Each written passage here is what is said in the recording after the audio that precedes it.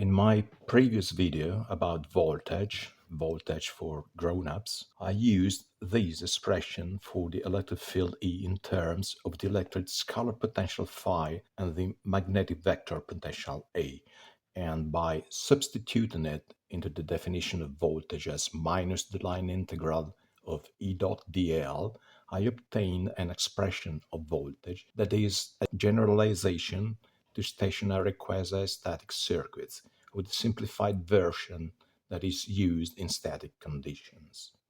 This more comprehensive definition shows that voltage is in general a path-dependent quantity that happens to be more than just a potential difference. The problem is that apart from invoking Helmholtz's theorem to justify the decomposition of E into irrotational and solenoidal components, I did not actually explain why these components have those specific forms in terms of phi and A. So it is therefore understandable that at this point you might be wondering if I pulled this definition of voltage out of my astonishingly fervid fantasy. So to reiterate that we are not wasting our time on some original theory, let me show you the first edition of Fields and Waves in Communication Electronics by Simon Ramo, John Winery, and Theodore Van Duzer. This is a magnificent EM textbook written by engineers for engineers, and this is what it says at page 266. Voltage in time-varying systems in general depends on the path taken between two specified points and is usually not equal to a difference in scalar potential between these points.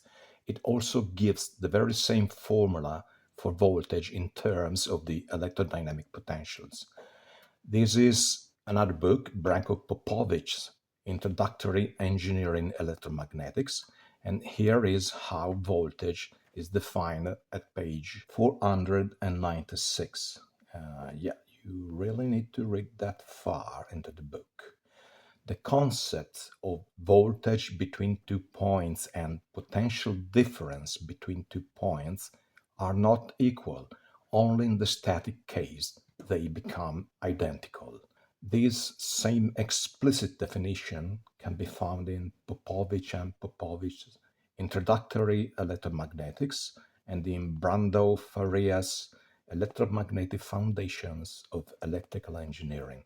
In these books, there is a sign difference due to the fact that they adopt the German notation that will be explained in the next video about the ISC definition of voltage.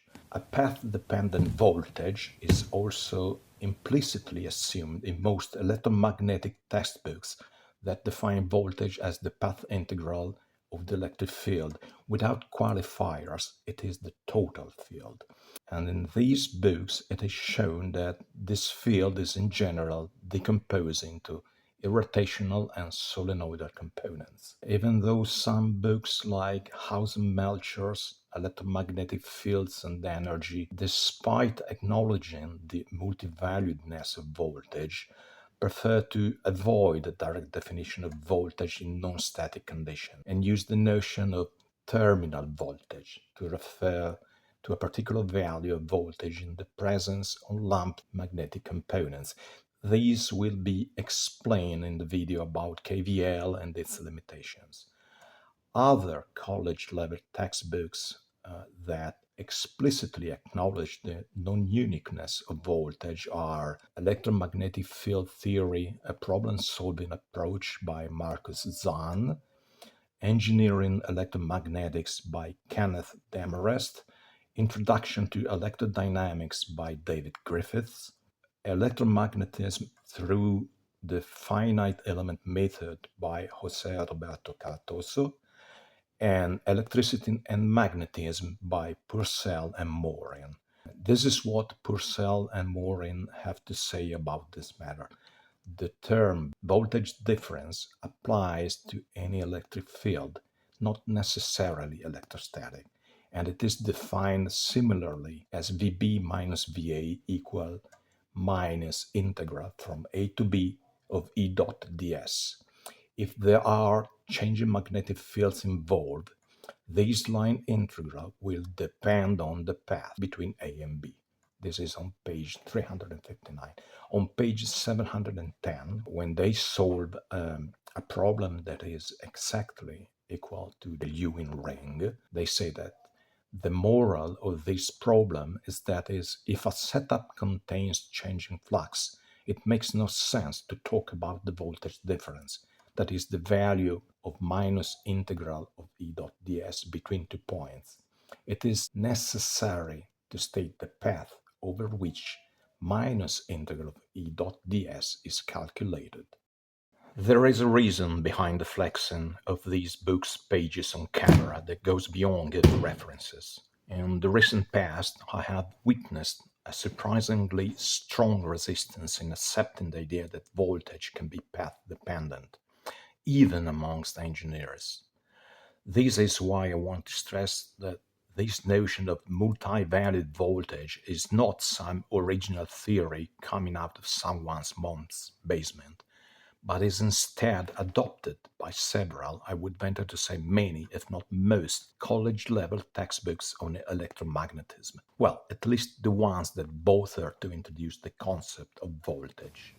In fact, some of the purest electrodynamics books, such as Panofsky Phillips, Jackson, and Ohanian, do not even list the term voltage in their index. After all, everything they need to describe an electromagnetic field are either the electric and magnetic fields E and B or the electrodynamic potentials phi and A. Be aware, though, that there are many less specialistic, or should I say less thorough, general physics or practical circuit textbooks that make a liberal use of the term voltage and do not bother to tell apart the concepts of voltage and potential difference. Most, but not all, are vocational school textbooks. But there are also good, solid EM textbooks that go to the extent of defining voltage to be the scalar potential difference, even in the dynamical case, therefore reducing its definition to the line integral of the conservative part only of the total electric field. Notaro's electromagnetics is one such example. I will address the shortcomings of this unfortunate choice in a dedicated video. Now, let's get to the real purpose of this video, that is to show where this decomposition of the total electric field in terms of electrodynamic potential comes from. We know from Helmholtz's theorem that any vector field E that goes to zero sufficiently fast at infinity can be uniquely decomposed into a unique irrotational part and a unique solenoidal part. But why do these paths have those specific form in terms of phi and a gradient, a time derivative, the minus signs? Can they be derived from the laws of electromagnetism? Well, of course they can. It turns out that we can get them out of Maxwell's equations, in particular from Faraday's law and the solenoidality of B, by using just a little bit of differential or integral vector calculus. Let's derive the decomposition of E from the integral form of Faraday's law. This will also allow us to practice with the curve theorem of integral vector calculus. But first, let me reiterate what E really is. Special relativity tells us that in the frame of reference fixed with the circuit and the sources, there is only one specific decomposition of the electromagnetic field into an electric field E and the magnetic B field. Now, Faraday's law in integral form tells us that when the magnetic field B changes with time, an electromotive force, EMF, is created along a given closed path, gamma. The EMF is the circulation of the electric field along the closed path, gamma, and the magnetic flux is the surface integral of B extended to the surface S. that has gamma as boundary. Therefore, Faraday's law can be written in integral form as the line integral of E dot dl equal to minus the time derivative of the flux of B. Note that this is the correct Maxwell equation that happens to work even in the motional case. In fact, there are multitudes in that time derivative. This snapshot comes from Jackson, but this is a story for another time, maybe. For the time being, let's just observe that in the presence of time-varying magnetic fields, the familiar relation that stated that electrostatic field is conservative because the circulation of the electrostatic field is always zero is no longer valid. Faraday's law is telling us that the circulation of E is not always zero. So E is not irrotational and it does not admit its own potential function.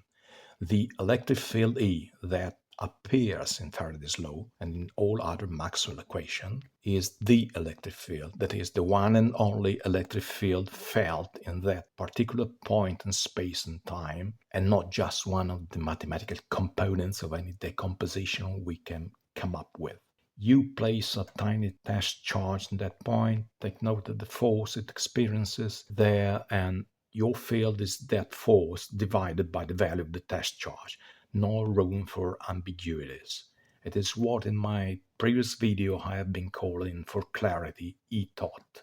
So let's rewrite Faraday's law in that way to keep track of this fact. In the non-motional case, and specifically when the surface S and its boundary gamma do not change with time, we can move the time derivative under the sign of the integral and arrive at this version of Faraday's law, where I also replace the total derivative d and dt with the partial derivative because the spatial coordinates do not depend on time. This is, in fact, the first formula that appears in the figure I posted in the video about the total electric field in the Romer-Ewing ring.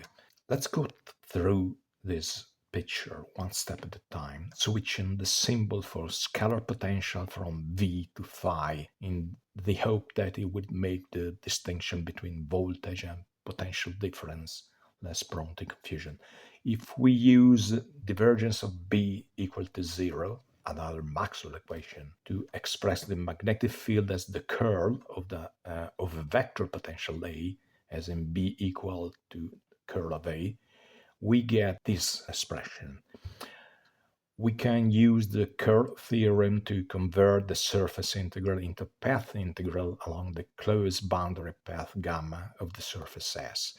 We end up with the circulation of the time derivative of the vector potential A, and this relation again reiterates the fact that Etot is not conservative. So abandon all hopes for Etot to have a potential function. But maybe we can still form a quantity whose circulation is equal to zero.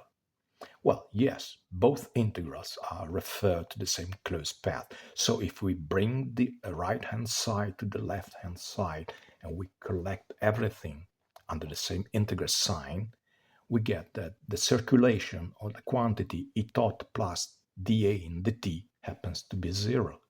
So this integral tells us that the vector quantity in the parentheses, Etot minus dA in dt, has zero circulation, and as such, it is an irrotational field, which I will call E irrotational. A field that admits a potential function, which we will call phi. We use a symbol that is different from that we want to use for voltage, for obvious reasons.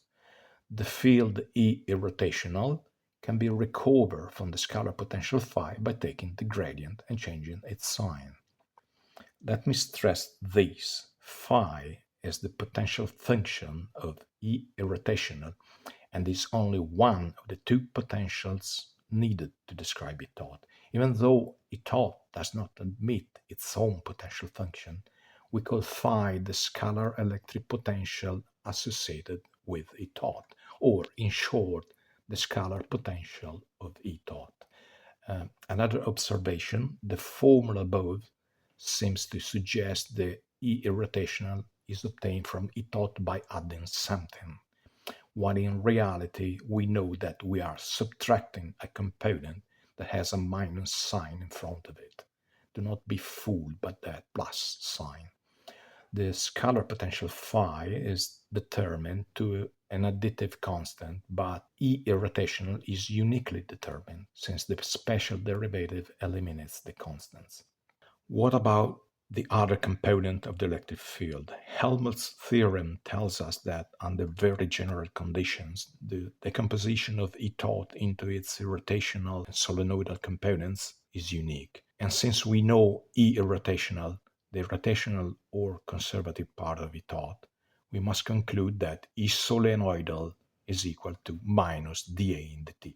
The vector potential A is determined to less than the gradient of a scalar function. But like E rotational, E solenoidal is uniquely defined, since in a given frame of reference fixed with the circuit, there is only one electric field E equal to Etot, and only one magnetic field B. We have therefore found that the total electric field Etot can be expressed as the sum of minus the gradient of phi plus minus the time derivative of A. Here I have explicited the plus sign to emphasize that E rotational is just a mathematical component, a part of the total electric field that has zero circulation and can be expressed as minus the gradient of the scalar potential function phi. It is not some sort of resultant field that comes into being in the presence of a changing flux.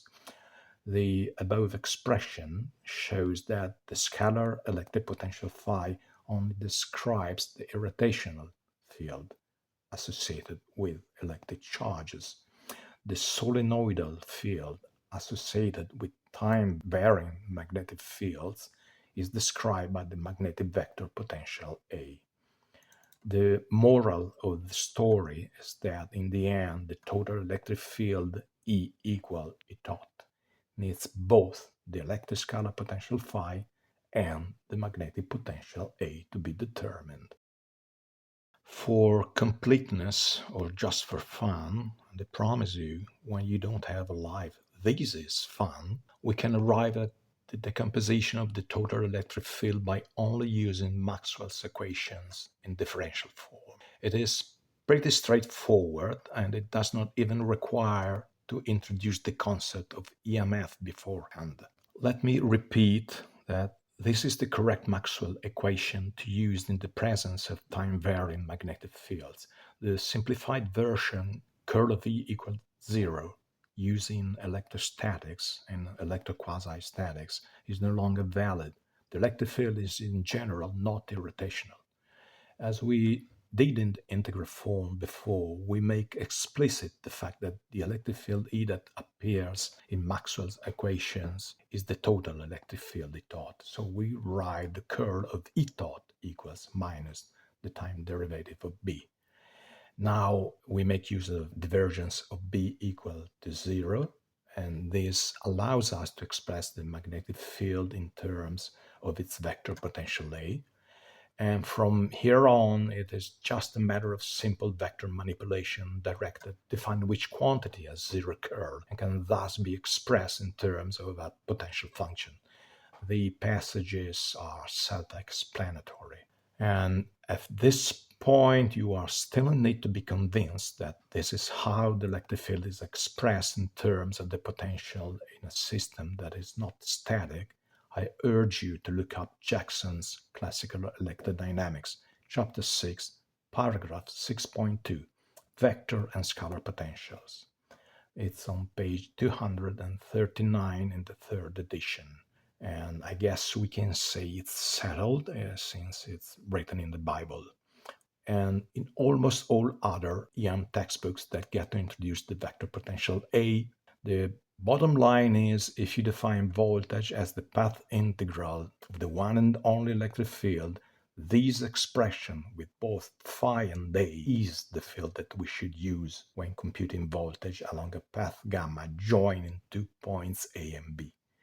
And what we get after integrating the first term is an expression of voltage that is valid for stationary circuits in quasi-static conditions, and that tells us that the scalar electric potential difference, phi Ba, is only half of the story.